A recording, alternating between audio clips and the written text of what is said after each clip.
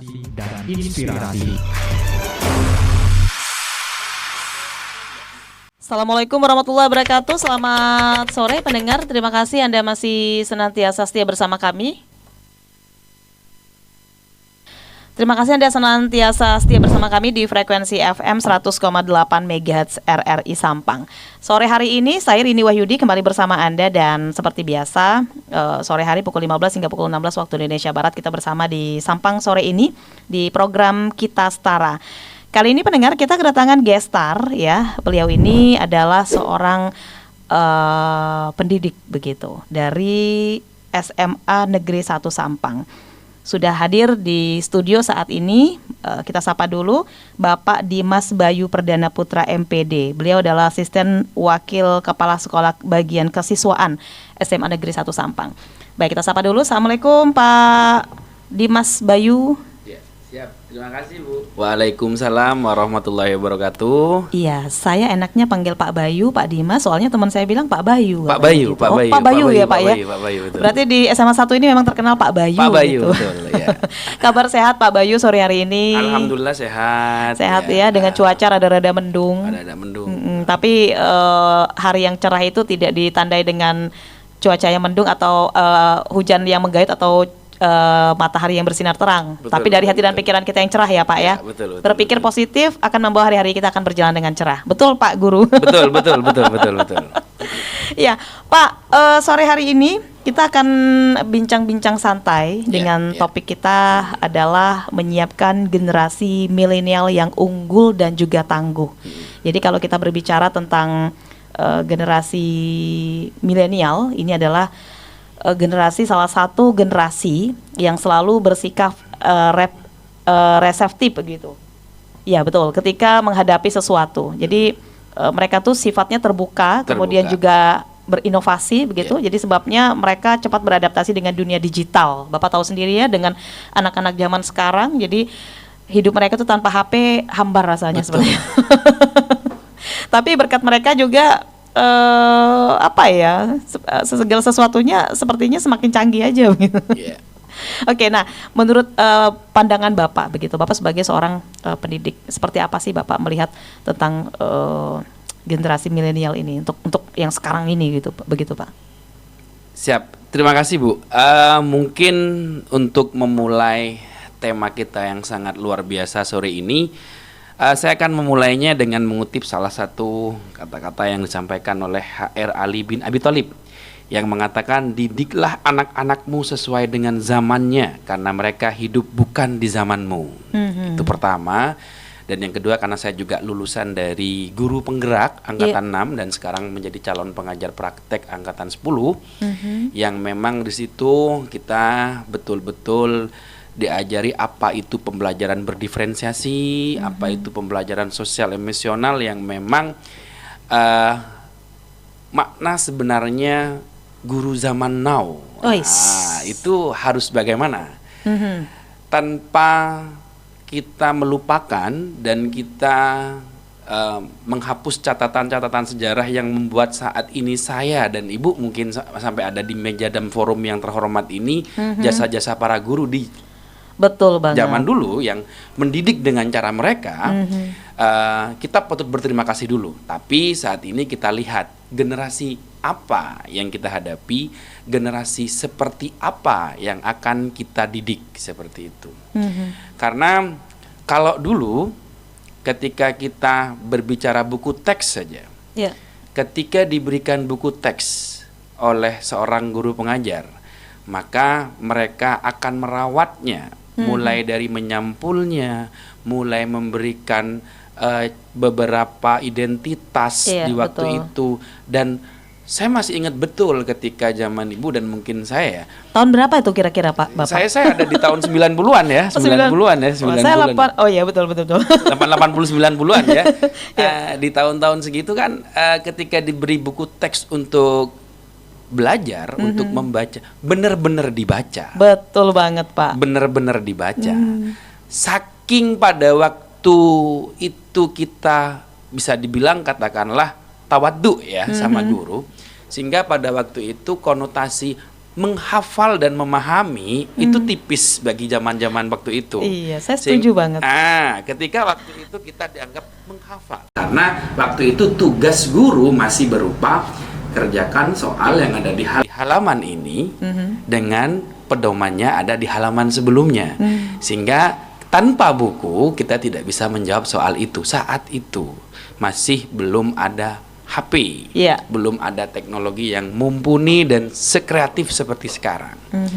Seperti itu untuk yang awal ingin saya bicarakan. Sehingga ketika kita melihat anak-anak zaman sekarang yang terbuka, yang tentunya anak-anak zaman sekarang itu komunikasi sama gurunya lebih terbuka. Kalau dulu jangankan kita mengkomunikasikan atau menyanggah omongan guru, menatapnya saja kita tidak berani. Kalau kita bicara waktu itu ya. Iya betul Pak. Tapi sekarang saya masih ingat dulu ketika saya ngomong sama guru, tangan saya nempel di meja aja. Takut rasanya takut ya lah Pak ya. Gitu. Kalau sekarang mandang aja mata ke bawah naik ke bawah ke bawah naik lagi. Kalau sekarang bagaimana cara kita memantik gitu. Kalau dulu kan cara masuknya ke kelas, assalamualaikum anak-anak gitu dengan gaya khasnya guru masa itu, pegang buku, spidol, penggaris panjang itu menjadi sebuah trademark gitu kan. Trademark betul. Guru ini benar-benar akan mengajari dan kita harus betul-betul mengikuti semua apa yang ada dan yang disampaikan pada waktu. Kalau sekarang sebelum kita masuk, mereka udah punya pertanyaan kadang buat kita. Begitu Pak? Ada punya pertanyaan buat kita. Dan ketika kita mengajak diskusi, mereka pun itu sudah kadang 2-3 kesempatan lebih tahu daripada kita. Gitu loh. Sehingga saya bisa mengatakan guru saat ini ketika kita mencoba untuk menjadi orang yang paling tahu di kelas atau teacher oriented di kelas, maka tidak cocok dengan zaman saat ini. Kenapa? Ketika kita memposisikan kita sebagai orang yang paling pinter di kelas, lebih cepat mana kita menjawab pertanyaan anak dengan Google yang sekali klik langsung keluar banyak jawaban dan banyak link. Jadi ketika kita disetarakan dengan Google, maka kita pun masih harus ingat kita ini sudah di zaman yang berbeda, gitu kan ya. Kalau dulu ada anak di kelas bertanya dan guru tidak bisa menjawab, guru itu akan kepikiran dan anak itu merasa begini. Tapi kalau sekarang kita bagaimana mengajak mereka itu berdiskusi, berdiskusi dengan catatan kita memantik anak tersebut. Dimulai dengan menanyakan kabarnya mereka bagaimana hari ini. Siapkah mereka belajar pada hari ini? Kalau dulu mungkin, koreksi jika saya salah, gimana seorang guru itu masuk ke kelas menyiapkan yang penting tujuan pembelajarannya saya tercapai dan apa yang hari ini harus diselesaikan untuk babnya itu tercapai, maka ya sudah. Kalau sekarang mari kita mulai dulu dengan menanyakan bagaimana kabar siswa kita hari ini, bagaimana kabar peserta didik kita hari ini. Karena di PSE itu sosial emosional, kadang kan anak kan sebelum ke sekolah pasti ada sebuah problem dan sebagainya macamnya. Yang mana kita di sisi guru itu kan kadang anak itu kan kalau di SMA punya 13 sampai 14 mapel, Bu, gitu loh. Pasti unsur like and dislike-nya tinggi. Saya nggak suka pelajaran ini, saya suka pelajaran ini, saya suka pelajaran Jangankan ini. sekarang, Pak, dulu juga saya punya begitu, rasa begitu. Sehingga ada istilah guru favorit, pelajaran favorit dan sebagainya macam. Guru killer gitu. Nah, seperti itu. Sekarang zamannya udah beda di situ. Artinya kita perlu mengetahui sosial emosional anak gitu kan.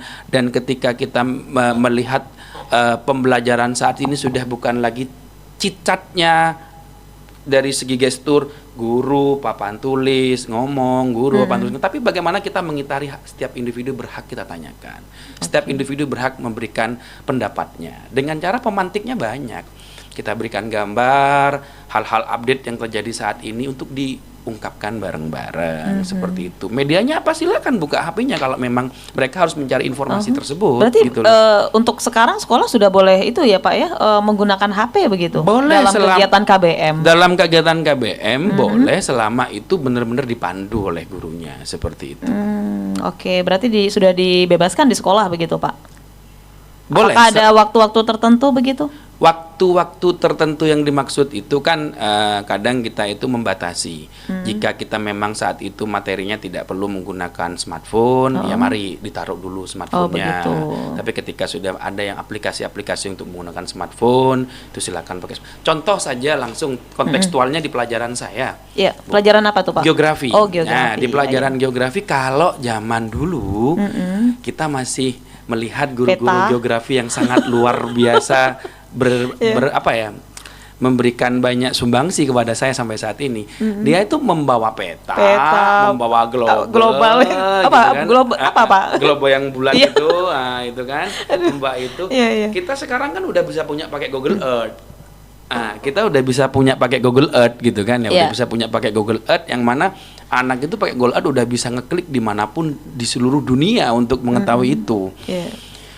Lalu ada beberapa aplikasi-aplikasi seperti materi, peta, penginderaan jarak jauh, dan SIG gitu kan ya. Kalau dulu mereka tahunya cuma SIG itu seperti apa sih, kok cuma kalau dijelaskan gurunya nggak paham. Diberikan aplikasinya, dipraktekkan, langsung jalan ke beberapa lokasi-lokasi untuk mengukur tentang seperti apa penginderaan jarak jauh itu, tentang seperti apa membuat peta digitalnya itu. Karena kalau dulu kita begitu bangganya ketika berhasil membuat peta di HVS atau A4 itu dan sebagainya macamnya. Kalau sekarang mereka udah bisa buat peta digital, Bu. Iya. Set lokasi sekolahnya sendiri sudah tahu dengan HP yang mereka miliki, daripada dibuat main Mobile Legend doang, daripada dibuat main Free Fire atau TikTok saja untuk joget-joget gitu kan. Dimanfaatkan untuk itu. Saya pernah juga membuat aplikasi membuat tugas via aplikasi TikTok itu, yang biasanya anak-anak cuma baca joget, tapi ini lebih ke mengedukasi publik. Contoh ketika di kelas 10 itu ada materi litosfer, asal mula terbentuknya muka bumi, lalu tentang semesta alam raya ini dan sebagainya macamnya. Itu anak-anak diminta untuk membuat video pendek selama 1 menit untuk mengedukasi masyarakat dengan gaya khas mereka. Kan ada aplikasi capcut atau apa dan sebagainya macam itu, silakan. Itu kan muncul bumi, bagaimana sejarah terbentuk, di share di TikTok. Sehingga orang nih yang biasanya scroll apa sih yang FWP sekarang gitu kan ya. Tiba-tiba muncul loh, ini ini pelajaran kita dulu ya, atau ternyata alam semesta gitu ya, ini ada yang itu canggihan teknologi saat ini begitu. Seperti itu, sehingga saya nggak harus menjelaskan keseluruhan materi itu. Anak yang saya berikan kesempatan 1-2 minggu untuk membuat video itu, lalu kita analisis bareng-bareng. Seperti itu, sebegitu menyenangkannya pembelajaran saat ini begitu Pak ya. Jadi kalau boleh dikatakan lebih enak mengajar saat ini begitu ya Pak, bagi yang bisa mengelola dengan baik. Begitu loh. Bagi yang bisa kita saling sama-sama mengerti kan gitu. Karena pada dasarnya kita kan belajar itu kan sama-sama membutuhkan, sama-sama nyaman, bukan karena gini Bu. Kadang kan mohon maaf ya, tidak semuanya. Kadang kan kita di guru itu ada yang hanya yang penting saya ngajar. Kerjakan halaman sekian. Yang penting saya masuk kelas. Gitu. Mari kita hilangkan stigma itu dulu, gitu loh. Kalaupun kita mepet dengan waktu, kita mepet karena ada kegiatan, buatlah 45 menit yang bermakna banget nih. Misalkan satu guru kira-kira satu guru untuk mengajar itu berapa jam, Pak? Relatif. Ada yang 2 jam, ada yang 3 jam, tergantung mapelnya seperti itu. Oke, jadi buatlah 45 menit setidaknya ya Pak ya. Kalau di kita kan 1 jamnya 45 menit. Berarti kan kalau 2 jam 90 menit gitu. Jadi benar-benar harus dimanfaatkan dengan yang produktif begitu. Betul, menghasilkan karya, menghasilkan portofolio digital apa dan sebagainya macam yang bisa mereka lihat, ternyata kayak gini ya gitu. Saya serasa pembelajaran saat ini itu, jika kita bisa mengelolanya dengan baik, mengembalikan kebahagiaan mereka ketika seorang anak laki-laki itu berhasil merakit Tamiya-nya sendiri. Itu kan menjadi sebuah ketika anak melihat mobil gitu, ya udah mobil nih dibeliin, mobil udah ada wujudnya, mobil udah bisa saya kendalikan. Tetapi beda dengan ketika kita membelikan Tamiya yang mereka harus rakit, dan dia melihat buku petunjuknya secara otodidak dan Tamiya-nya berhasil dirakit. Itu kan ada kebanggaan tersendiri. Betul banget. Saya berhasil membuat sesuatu nih. Nah, ketika pelajaran sudah dimulai dengan seperti itu, kita memberikan sebuah mini project, saya berhasil membuat seperti itu nih. Nah, itu kan menjadi hal-hal yang positif bagi anak sekarang. Karena anak sekarang tuh kadang ketika ditanya ya Bu ya, mohon maaf, ngerti apa enggak? Ngerti. Karena hampir sebagian mungkin ada di sini nih juga biar cepat selesai nih. Jangankan anak-anak sekolah ya Pak, kita juga yang karyawan dan karyawati juga begitu. Di workshop dan BIMTEK Di gitu workshop kan ya. Begitu Pak. Seperti itu. Udah gitu. nggak pertanyaan nggak? Iya, tapi akan beda ketika permasalahan itu diberikan kepada anak. Iya, betul. Pembelajaran itu kita berikan kepada anak. Ya kita berikan mereka untuk berpikir, berikan mereka untuk menyumbang saran, dan berikan mereka untuk memulai mini project yang akan kita bangun nih gitu loh. Jadi sudah bukan zamannya lagi Power Rangers-nya tuh guru. Udah. Jadi guru itu bukan orang yang paling pandai di kelas. Bukan teacher oriented lagi. Yuk kita kolaborasi. Yuk kita saling sama-sama sharing gitu loh. Sama-sama belajar gitu loh. Jangan lagi ada yang namanya mendominasi seperti itu. Ini kalau semua guru seperti Bapak ini luar biasa ya SMA 1 ya. Sekarang aja udah luar biasa gitu. Apalagi punya guru seperti ini ya. Oke, nah tadi kita udah panjang lebar begitu Pak tentang berbicara tentang kaum generasi milenial begitu. Nah, di tempat Bapak sendiri begitu mengajar, seperti apa Bapak melihat siswa-siswa Bapak sendiri begitu dalam keseharian? Pertama beragam Bu. Jelas itu siswa-siswa kami. Tapi sebelumnya nih Pak, mohon maaf nih. Tadi saya sempat mendengar Bapak itu merupakan salah satu guru penggerak begitu. Apa beda guru penggerak sama guru biasa begitu Pak? Apakah ada beda begitu? Guru penggerak itu program dari pemerintah, program Kemendikbud untuk menjadi pemimpin dalam pembelajaran. Pemimpin dalam pembelajaran itu bisa diartikan kita bisa memberikan hal-hal inovasi baru. Ada kriteria? Barangkali? Ada, karena ada tesnya. Tidak semua begitu tidak ya? Tidak semua, Pak? ada 3 kali tes untuk itu. Gitu. Jadi kita bisa menjadi leader di itu, bisa kita berbagi dengan guru lain, sharing dengan guru lain. Karena kan kategori pemimpin tidak harus ini calon-calon begini, calon begini. Ya nanti itu kan garis tangan ya Bu ya untuk itu. Betul. Cuma kan sekarang Kemendikbud kita, Mas Nadiem itu ingin mencetak guru-guru yang bisa nanti mengajak, memberdayakan guru-guru yang lain. Contoh sajalah begini. Gimana itu? Dulu siapa sih kita yang mau nyangka bisa ngajar virtual daring sebelum masa pandemi COVID kan? Sekarang hampir semuanya guru bisa mengaplikasikan Zoom, hampir semuanya guru bisa mengoperasikan Meet, dan hampir semua guru bisa membuat PPT yang baik, video mini yang baik via Canva gitu kan ya. Ya guru-guru penggerak ini yang menjadi koordinator dalam setiap pembelajarannya, pemimpin dalam setiap komunitasnya. Ada guru yang belum tahu Canva, yuk kita ajarin Canva. Ada yang guru tahu belum buat mini clip, yuk kita buat mini clip. Diaplikasikan dalam aksi nyata, diberikan kepada siswa untuk membuat aksi nyata yang bareng-bareng seperti itu, sehingga terstruktur Bu. Kalau dulu untuk masuk ke pentas-pentas ini kan biasanya harus orangnya inilah, harus orangnya inilah. Sekarang dengan adanya guru penggerak nih, kita bisa berbagi dengan siapa saja. Oh begitu. Dengan berbagi dengan siapa saja gitu, dan bisa belajar langsung gitu loh. Dengan teman-teman. Ada berapa banyak Pak barangkali guru penggerak? Untuk Sampang? Di SMA 1? Untuk SMA 1 sudah ada, saat yang sudah lulus ada 6 guru penggerak. Yang sedang proses ada 1 guru penggerak, ada 2 pengajar praktek, dan sekarang sudah menjadi 5 pengajar praktek. Oh begitu, nggak gampang begitu ya Pak ya untuk menjadi guru penggerak begitu? Kita ditempa hampir 9 bulan Bu. Ditempa hampir 9 bulan.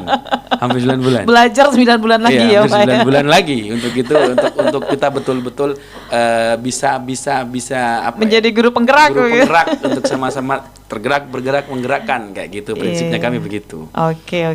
Nah tadi Pak kembali pertanyaan Pak untuk siswa-siswa Bapak sendiri, seperti apa Bapak melihat anak didik Bapak khususnya di SMA 1 sendiri begitu?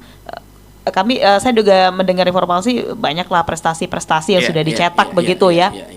Seperti kemarin juga sempat dialog di sini di RRI seperti atlet dari nasional ya. Terus provinsi Jawa Timur juga di karate, drum band, banyak.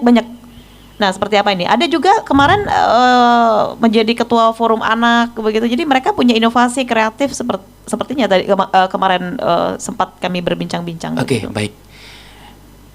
Gini Bu, sebelumnya inilah keunggulan dari apa yang dimaksud dengan pembelajaran berdiferensiasi. Saya selalu, kebetulan saya juga narasumber di berbagai tempat. Kebetulan saya memberikan berbagi ilmu lah, narasumber untuk kegiatan-kegiatan BIMTEK kurikulum merdeka nih, kurikulum merdeka di beberapa kota. Saya selalu menyampaikan ketika pembelajaran berdiferensiasi itu dimulai. Mungkin Ibu dan beberapa angkatan old ya, 90-an 80-an gitu kan ya. Saya lahir 82, Pak. 90-an 80-an gitu kan. Kita agak old juga kan gitu ya. Betul. Kalau kita melihat waktu itu kan terkadang tidak semuanya. Dari 36 siswa di kelas kita tuh gitu kan. Kan kadang ada yang maaf ya, tulisannya jelek, membacanya kurang, males, sukanya olahraga, untuk pelajarannya dia males dan sebagainya macamnya. Kita kan juga bukan orang yang sempurna ya. Betul. Ibu pasti ada satu hal yang tidak dikuasai, saya pun juga begitu. Nah, apakah di pendidikan pada saat itu mampu mengakomodir semua kebutuhan siswa? Nah, inilah yang mau sekarang kita godok nih di diferensiasi nih gitu loh. Dan kita hargai. Jadi stop. Yuk, bagi semua guru, janganlah kita menjadi seolah-olah malaikat penentu masa depan mereka. Belum tentu anak yang suka tidur ini tidak sukses ke depannya. Belum tentu anak yang berbaju basah habis main bola karena dia sukanya bola, karate atau apapun itu, tapi dia gak pernah tidak pernah bagus ikut ulangan. Jangan just dia, kamu mau jadi apa sih? Kerjaannya gitu terus. Nilainya nih lo kecil. Jangan paksakan mereka untuk suka dengan yang mereka tidak suka. Ada yang mereka suka apa? Olahraga, karate misalkan, sepak bola misalkan. Hargai mereka. Malah kasih support begitu. Maksimalkan kemampuan mereka. Kita tidak boleh memaksa itu sekarang. Ayo nak, kalau memang kamu bangga, tapi ya ayo belajar juga yang baik. Kalau memang kamu belum bisa mendapatkan nilai segini, ayo kapan kamu bisa nantinya belajar dengan metode seperti apa yang sekiranya kamu mampu untuk dapat nilai yang bagus. Kita harus tawarkan itu. Guru sebagai teman berarti, Pak. Harus begitu. Kita nggak boleh menjudge dia. Kamu mau jadi apa kalau kamu kelakuannya nggak boleh, karena anak didik itu akan berproses. Dan kita kalau misalkan ya guru SD udah dijudge kamu mau jadi apa, siapa tahu dia di SMA menjadi superstar nanti gitu kan ya. Di SMP ngejudge, siapa tahu dia di SMA nanti jadi superstar gitu misalkan ya. Ataupun di SD, SMP, SMA dia dibully ataupun dijudge dan sebagainya macamnya, siapa tahu dia di kuliah menjadi seorang ketua BEM dan sebagainya macamnya kan gitu. Kemampuan anak ini kan banyak, beragam. Makanya kan sekarang di kurikulum merdeka itu ada istilah namanya asesmen diagnostik. Kita harus tahu kemampuan anak dulu. Nah, sehingga kan ketika kita memberikan menu pembelajaran kepada anak, kita nanti mau menu apa nih? Tugasnya yang dibedakan, pembelajaran yang dibedakan dan sebagainya macamnya. Kita harus tahu dulu. Kita nggak boleh mereka itu wajib mengikuti gaya pembelajaran saya. Jangan begitu. Di asesmen diagnostik kita harus tahu dulu seperti apa nih menu yang enak untuk kita makan bareng-bareng, seperti itu. Wah, luar biasa ini beragamnya gitu. Iya, Pak, ini kita masih akan lanjut lagi. Sepertinya memang asik banget ini. Ini waktu berbincang seperti ini nggak terasa, Pak. Ini sudah setengah jam kita lalui. Nggak terasa ya? Nanti masih setengah jam lagi. Sebelum kita lanjut lagi, kita dengarkan dulu nih, Pak, sebuah lagu untuk pendengar juga yang barangkali Anda ingin bertanya jawab barangkali dengan narasumber kita di sore hari ini di Gestar. Barangkali ada teman-teman atau siswa-siswa dari SMA 1 nih yang saat ini tune in ya bersama RRI Sampang. Bisa juga bertanya ke Pak Bayu, silakan Anda bisa bergabung di 323554 ya, dan juga Anda bisa dengarkan siaran kami melalui aplikasi RRI Playgo di RRI Digital. Jadi tinggal download RRI Digital di HP Android. Jadi RRI sekarang ada di ujung jari Anda. Tinggal klik saja Anda bisa dengarkan RRI dimanapun dan kapanpun. Oke, masih di Sampang sore hari ini di program Kita Setara. Kita masih akan lanjut dengan Pak Bayu. Kita akan bincang-bincang sore hari ini. Namun sebelumnya saya hadirkan dulu sebuah lagu ke ruang dengar Anda. Pastikan Anda bersama kami di 100,8 MHz.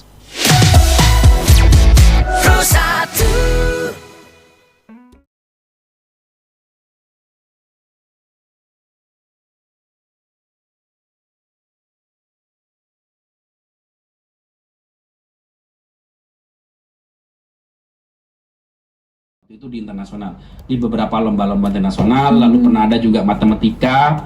Fatim tuh di Brasil ya, Brasil juara ya untuk astronomi. Astronomi itu siapa sangka sih anak Sampang bisa belajar perbintangan. Luar biasa. Gitu kan ya, itu waktu itu kebetulan saya juga sempat ngajar juga Fatim. Terus ada yang matematika yang pernah juara di Bulgaria, Alvin. Nah, Mas Alvin kebetulan orang nama Bonjol sini juga. Orang pernah juara di Bulgaria loh ya, di Bulgaria. Internasional ya Pak Eropa ya? Timur ya. Dan kalau untuk sains itu, alhamdulillah kalau untuk sains bisa dikatakan frekuensinya setiap kita maju pelaksanaan KSP selalu ada yang lolos ke provinsi, minimal itu berlaga seperti itu. Tapi sempat kita juga ada di tren bagus. 5 tahun berturut-turut selalu ada yang lolos nasional, begitu seperti itu untuk di SMA 1. Tapi kembali lagi kepada diferensiasi tadi, di SMA 1 tidak hanya untuk sains, tapi kan di situ kan nanti ada O2SN, ada FS2N. O2SN itu nanti lebih ke bidang tertentu, FS2N lebih ke bidang seni, O2SN untuk lebih bidang olahraga. Olahraga pun gak kurang-kurang alhamdulillah Bu untuk kemarin prestasi sempat kita. karate, Terus apalagi bulu tangkis, sepak drum bola, band, voli, drum band itu luar biasa itu. Anak-anak seperti itu, dan harus kita akomodir itu anak-anak itu, meskipun sering dispen, karena dispen betul bagian saya. Untuk keluar kadang-kadang mesti ketemu saya rumah nih. Oh gitu. Jadi kalau mereka di itu kan ke Bapak begitu ya. Harus selektif betul untuk itu. Makanya menyiapkan generasi milenial yang tangguh. Nah, ini nih PR-nya guru zaman now. Menyiapkan generasi milenial yang tangguh. Kalau belajar, mereka bisa belajar secara otodidak. Kalau di rumah juga bisa. Untuk urusan searching mereka udah jago. Untuk urusan digital mereka udah 2-3 langkah dari kita. Tapi menyiapkan tangguhnya itu. Tangguhnya mulai dari mana? Iman dan takwanya dulu. Ya kan? Adab budi pekerti dulu. Nah, ini yang tidak boleh hilang dari milenial. Boleh kita serasa merengkuh dunia, wahai para peserta didik nih. Boleh kita seolah-olah kita merengkuh dunia karena apa? Tangan kita seolah-olah jari-jari kita mengetahui apa saja bisa secepat kilat asal kuotanya ada, kan begitu. Tapi jangan lupakan bahwa kita itu perlu yang namanya budi pekerti, adab, iman dan takwa kita perkuat. Nah, di sini peran guru itu di sini sekarang. Peran guru zaman now lebih bisa di situ.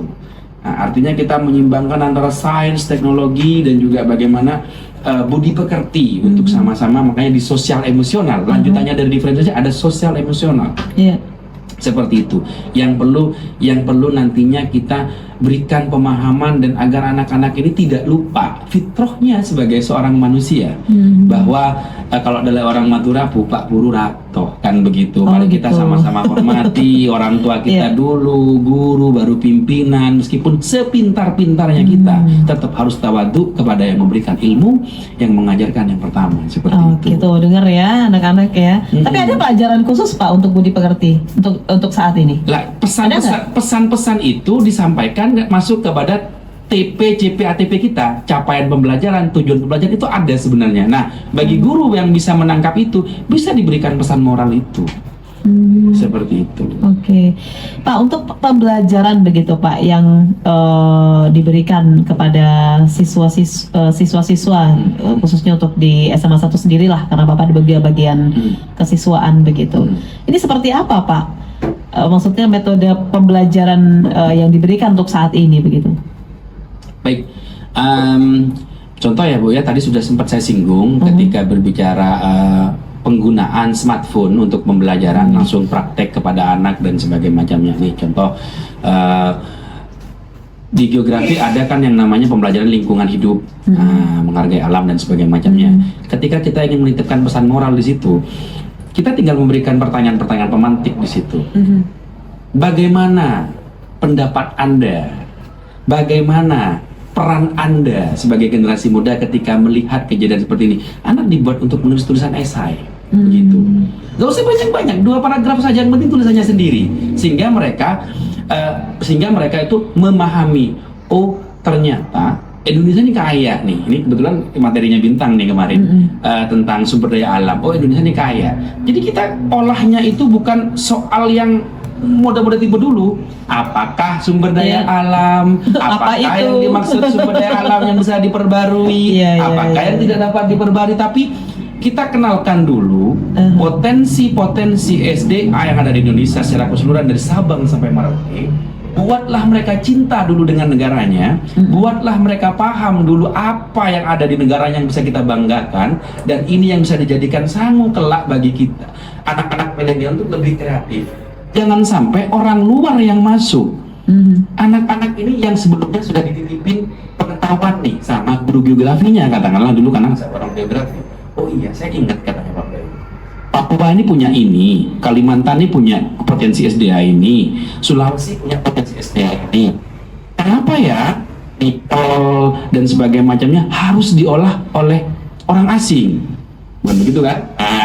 Waktu itu kita jelaskan, nah kita memberikan pemantik-pemantik itu sehingga anak-anak muda zaman sekarang, meskipun mereka katanya betul-betul paham akan teknologi, tapi jujur ya Bu ya, anak-anak sekarang ini bapernya tinggi. Bapernya tinggi, Pak. Bapernya tinggi gitu loh. Bapernya Kenapa, Pak? tinggi.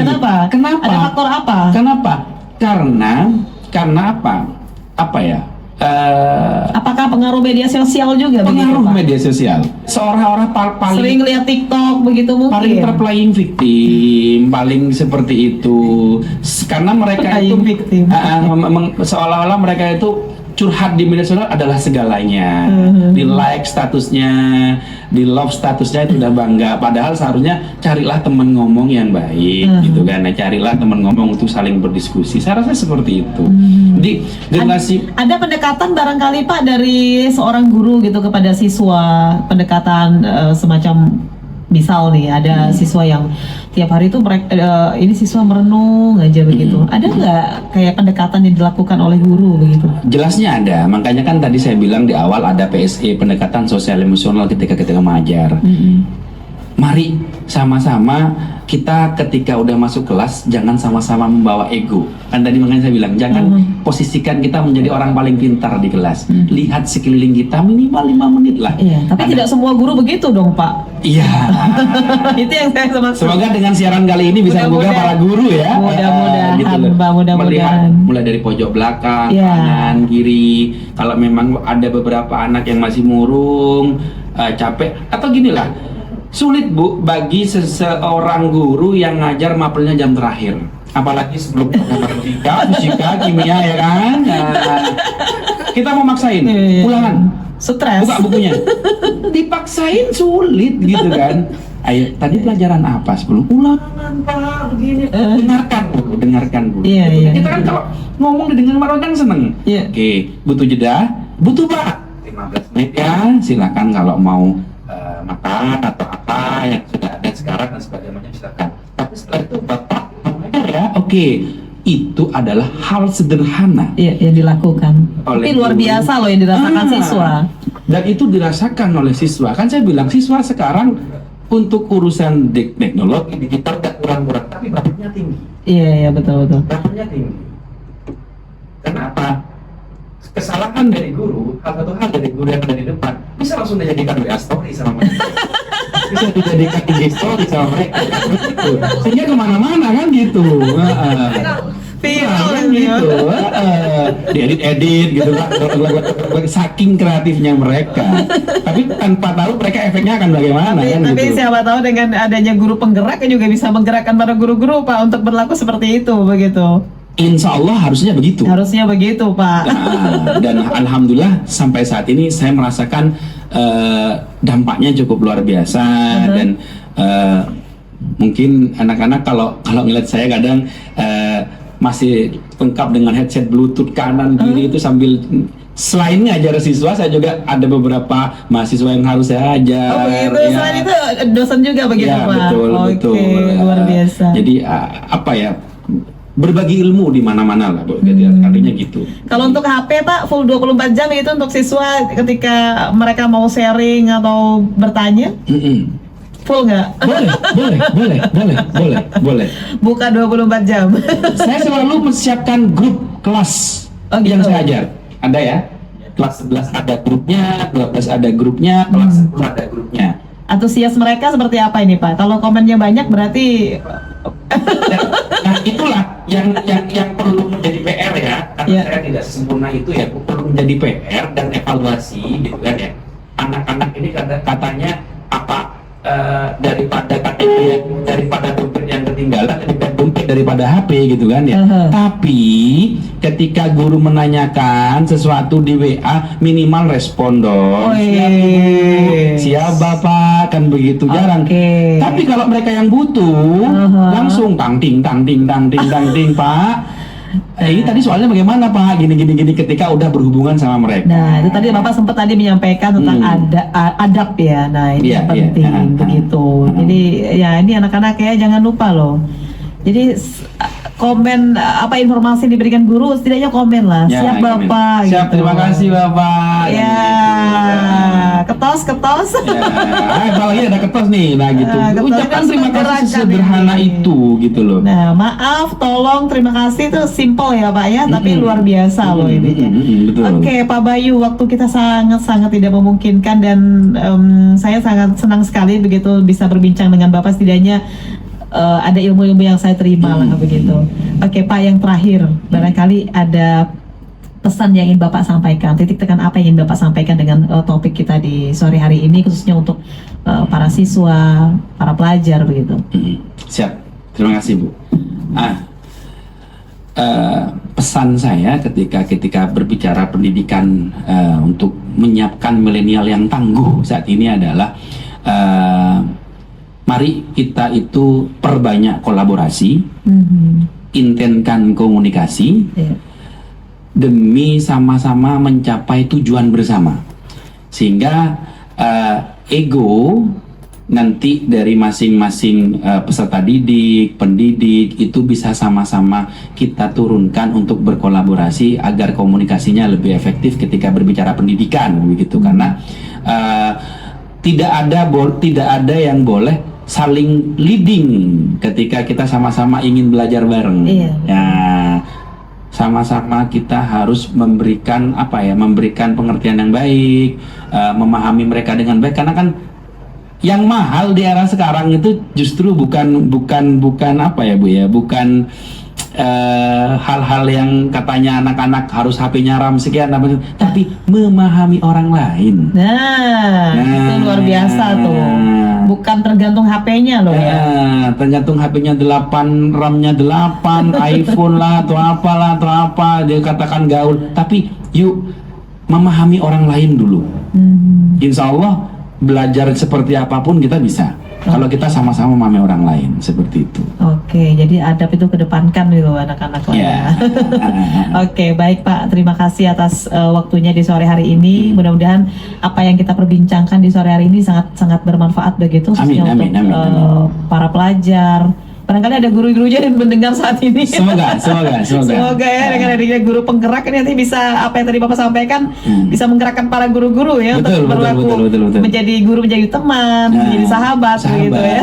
Betul. Saling sama-sama mengerti lah. Betul gitu. banget. Oke, baik, terima kasih Pak kebersamaan di sore hari ini. Mungkin next time kita bisa berbincang-bincang kembali di studio RRI Sampang ya. Siap. Baik Pak, terima kasih kebersamaannya. Assalamualaikum. Waalaikumsalam warahmatullahi wabarakatuh.